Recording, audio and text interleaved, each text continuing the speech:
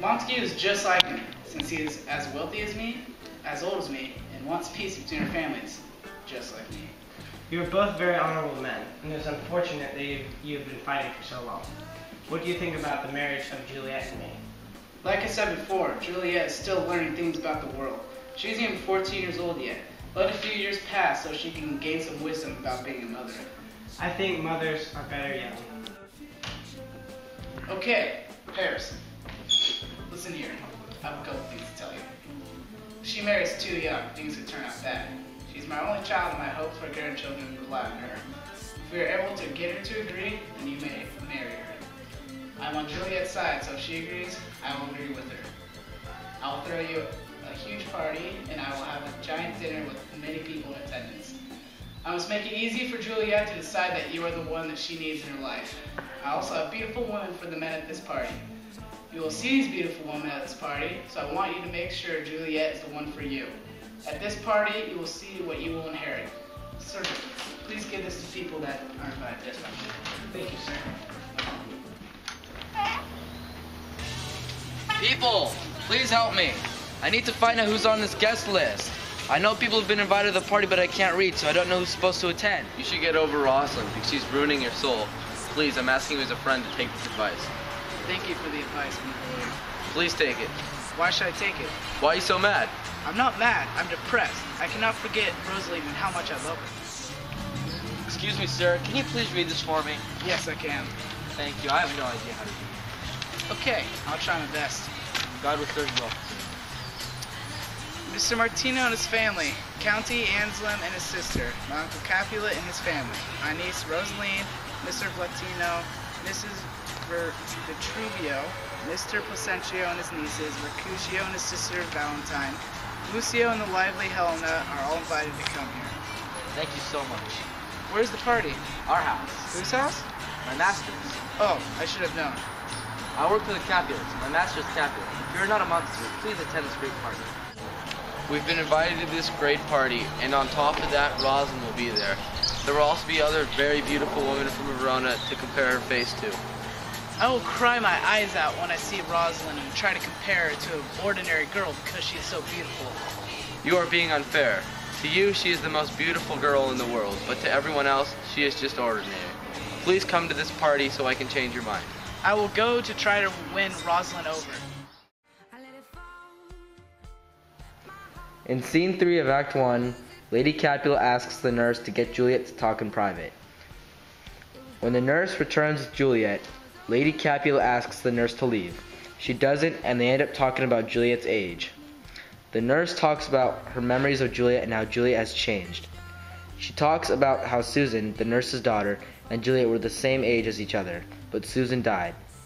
The nurse also starts talking about the earthquake that had occurred 11 years before, and how Juliet was so scared. She also remembers on the day of the earthquake how Juliet was unable to fall correctly. Lady Capulet pleads the nurse to stop, so the nurse finally ends by saying how beautiful Juliet is. The nurse says she wants to see otherwise. The nurse and Lady Capulet don't understand because they married young. The nurse says Paris is perfect. Lady Capulet wants Juliet to think about Paris because he is perfect. Juliet says she will try to love Paris. After this, a servant says the party has started, so they go downstairs.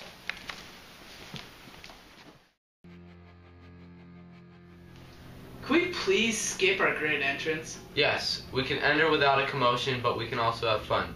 The people there will look at us like we're nothing. Then we can leave happily. This will make me even more sad. No, Romeo. You must have fun.